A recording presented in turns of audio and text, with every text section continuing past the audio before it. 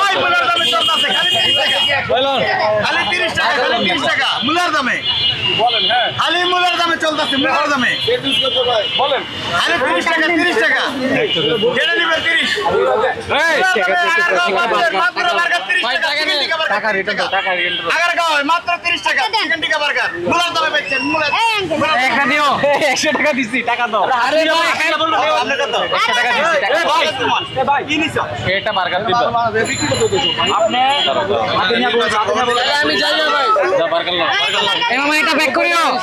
ভাই আপনি না বলে মুলা দাও 30 টাকা এই আরে বার্গার দাও টাকা দেন এ বার্গার মাত্র 30 টাকা মুলার দামে বেচছেন মুলার দামে বার্গার চিকেন টিকা বার্গার 10 টাকা আগে খাইয়া পরে পয়সা আগার গাওয়ে দিনারের ফাস্টফুড আসেন মায়ের দেওয়া ফাস্টফুডের বার্গার ভাই কিভাবে এত কম দিচ্ছিস ভাই আমি পাইকারি সেল করি ভাই আমার হলো নিজস্ব কারখানা আছে বানাই যেটা এটা আমি ভাবি নিবা না খুচরা সেল করি এটা পাইকারি বানাইকে 30 টাকার বার্গারের ভিতরে কি দাম ভাই চিকেন টিকা আছে চিকেন কাবাব আছে চিকেন কাবাব আছে প্রচুর কাস্টমার দেখতেছি আমরা এটা ভাই ভালো যদি কেউ খাইয়া যদি বলে যে ভালো হয় নাই তাহলে আমি দাম দিব না খাইয়া আগে খাইয়া পরে একের বার্গার না একের বার্গার ভাই বেজাল নাই